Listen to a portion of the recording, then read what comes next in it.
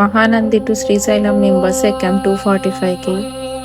అక్కడ వ్యూ చూసారా ఎంత బాగుందో. మధ్యలో బ్రేక్ ఇచ్చారు. మేము టీ, పాలు తాగాము.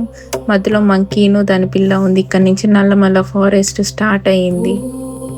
ఇక్కడ నుంచి ఫుల్ ఫారెస్ట్.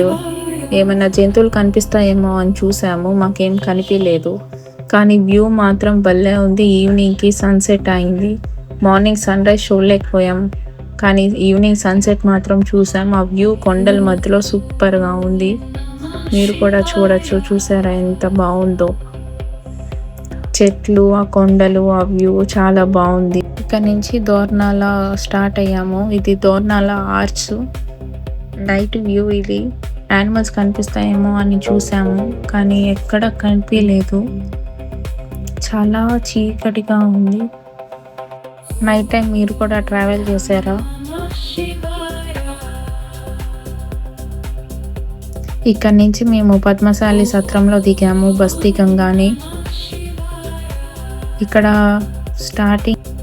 స్టార్టింగ్ అల్లేది ఉంటుంది కదా, దీని మీదే అల్లుతారు. శారీస్ కానీ పంచలు కానీ దేన్నైనా స్టార్టింగ్లో ఇది పెట్టారు. ఇది లోపలికి ఎంట్రన్స్. ఇక్కడ ప్రతి గుమ్మం మీదే ఎన్ని లింగాలు ఉంటే అన్ని లింగాలు మొత్తం బొమ్మగా 3D ఎఫెక్ట్లో చేసి పెట్టారు.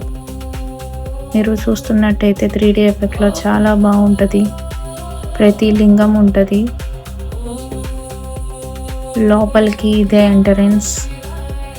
లోపలికి వెళ్ళంగానే లెఫ్ట్లో ఆఫీస్ ఉంటుంది. ఇక్కడ రైట్లో ఫోటో ఉంటుంది. ఇక్కడ లోపలికి వెళ్ళంగానే చెట్టు, ఈ చుట్టూ లింగాలు ఏ ఊర్లో ఏమేమి ఉన్నాయో అన్నీ ఉంటాయి. ఇక్కడే అన్నదానం కూడా ఉంటుంది. మధ్యాహ్నం నైట్ భోజనం పెడతారు సత్రంలోనే. ఇక్కడ తులసమ్మ ఉంటుంది.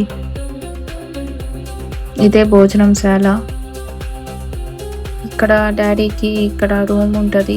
ఇందులో ఒక మెంబరు. ఇక్కడ నుంచి చూసుంటే ఇక్కడ అంతా రాసి ఉంటుంది మొత్తం శివుడు గురించి. అంతా లోపల సత్రం. ఇదంతా చూసారా? ఇది లంచ్ టైమింగ్స్, డిన్నర్ టైమింగ్స్. ఇది బయటకి.